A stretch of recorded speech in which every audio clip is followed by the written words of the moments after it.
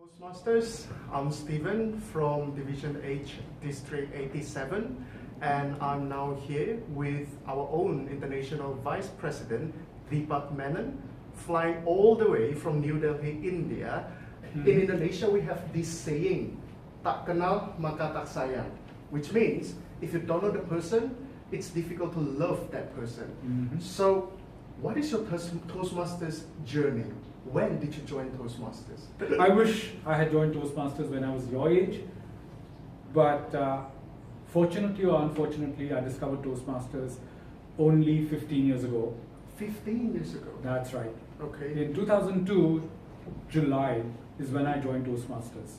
This is very interesting because when you say 15 years, what keeps you so long in these? Is it 15 years to take DTM? Not at all. I got my first DTM when was that? It was in 2007. So it took me 5 years to get my first DTM. Thereafter, I earned another 5 DTMs. Oh, wow. So now I've done my DTM 6 times over, and I'm working on my 7th DTM. Okay. And now with the pathways coming, I believe you enjoy the new program, yeah? Absolutely. I'm very excited about Pathways because it gives me an opportunity of testing my skills all over again, of renewing my skills, of learning new things which I had not learned in the program so far in these 15 years that I've been a member. Why did you join Toastmasters?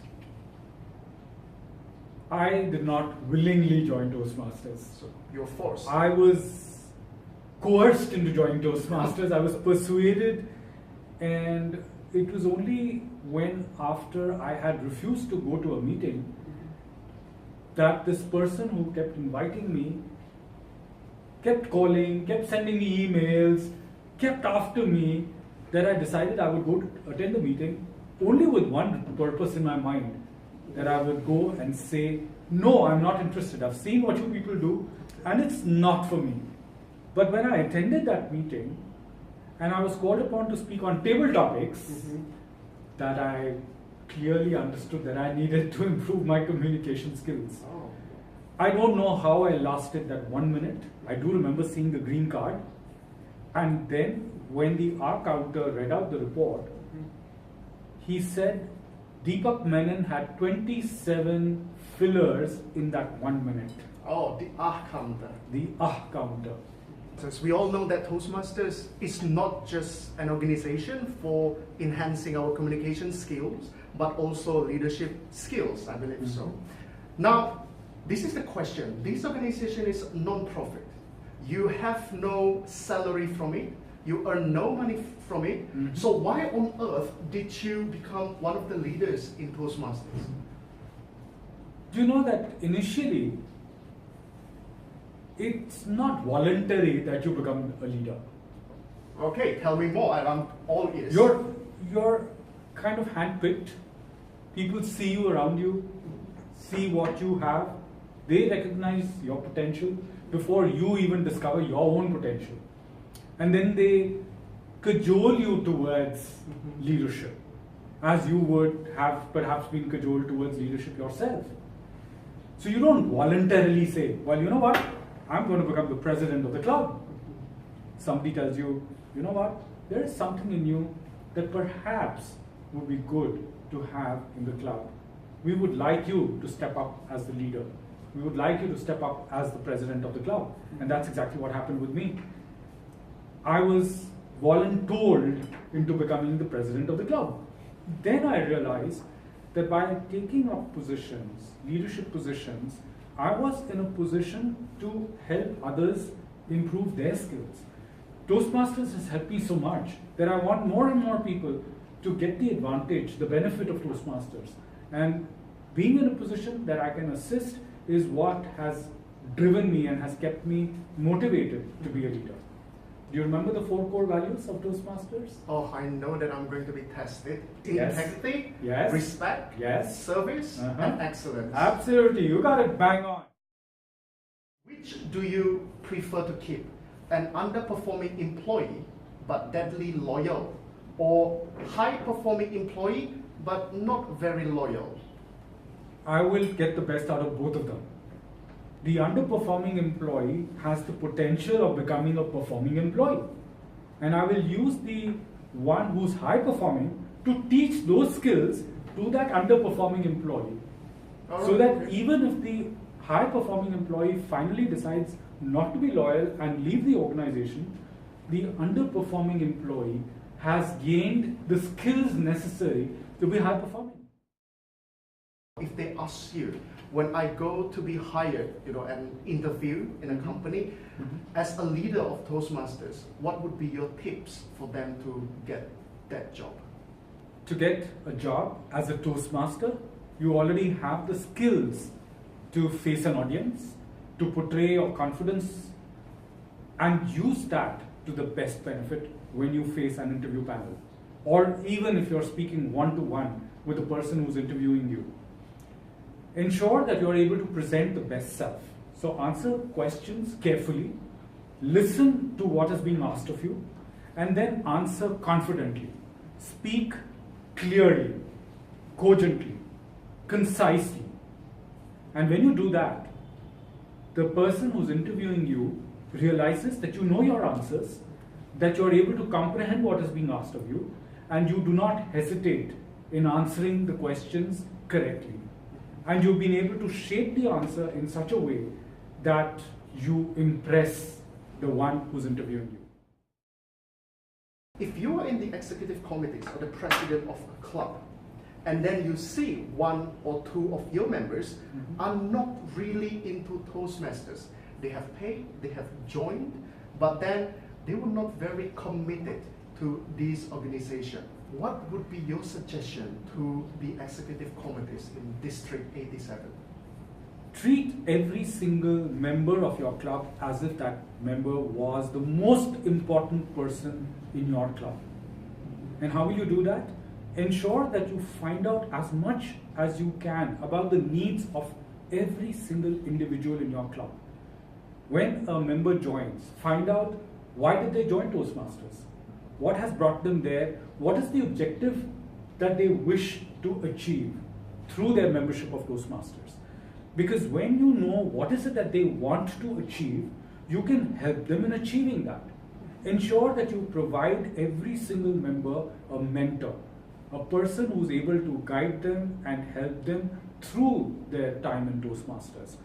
Ensure that you talk to the mentors and understand whether the mentors are doing their job, whether the mentors and the mentees are actually speaking to each other. Because a number of times, a mentor is given to the new member, but then they don't speak to each other. So what's the purpose? The next thing that is important is to ensure that every single member gets time on the program in the club. Obviously, it cannot happen every week, but schedule it, slot it, so that no member feels isolated or neglected. Because the moment they start feeling that, you've lost a member. And so next time you find that a member has not come to the club meeting, call them up, send them a greeting, or at least send somebody across to their home and check with them why they haven't come. That personal touch is going to make them feel so much more wanted, and they will come back to the club. Oh wow, I feel really respected if I was treated that way, not coming to the club. So let me conclude a little bit. So treat a member like they are the most important member in the club, and then assign them a mentor. Yes. And then check on the mentoring system. Sometimes in club or even in an area, there is somebody, I would call it, let's say, the culprit. When that person comes in, he or she brought so much negativity, or it just overly criticize people. They felt that they are the most senior member of the club, and then the president was really young. What would you advise those kind of executive committees, the young executive? Well, we are Asians, how this kind of thing. How would you approach that? Give them as much love as you possibly can. Kill them with your positivity. So kill the negativity with your positivity. All right. If you become negative when you deal with a negative person, you will be the one who will suffer the most. And so therefore, deal with such people who are negative, who are cynics, in a positive manner. Deal with them on facts. Don't get emotionally involved. Don't get into an outburst. Because when you do that, you're playing into their hands.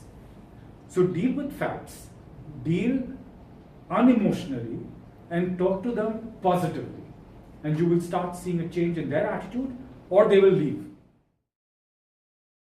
Everybody knows that change is difficult. Every leader knows how to help people, walk towards change, through the change, and finally overcome the change. But then still, it's a difficult topic to tackle.